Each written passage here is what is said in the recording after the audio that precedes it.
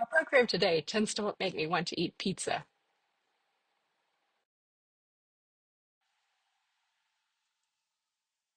In PizzaPi, you will need to use one of the math functions that can be found under the CMath header file, and that function is POW. Unlike many of programming languages, C++ does not have an exponent operator, so raising a number to a power requires the use of a library function. The C++ library isn't a place where you check out books, but a collection of specialized functions, so that you don't have to code the entire function. Think of a library function as a routine that performs a specific operation. One of the library functions, and the one that you're going to be using in this class, is called POW, and its purpose is to raise a number to a power.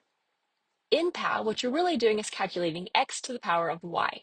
So here's an example of how it's used. The function that we would see in math is area equals pi r squared. In programming, that would look like area equals pi times pow, and then inside pow we have two arguments. We have radius and we have 2.0. So this statement contains a call to the pow function. The numbers inside the parentheses are arguments. Arguments are data that is sent to a function. The pow function always raises the first argument to the power of the second argument.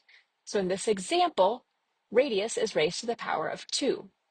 The result is returned from the function and used in the statement where the function call appears. Both of the arguments that you pass to the POW function and the variables used to store the return value all are going to have to be doubles.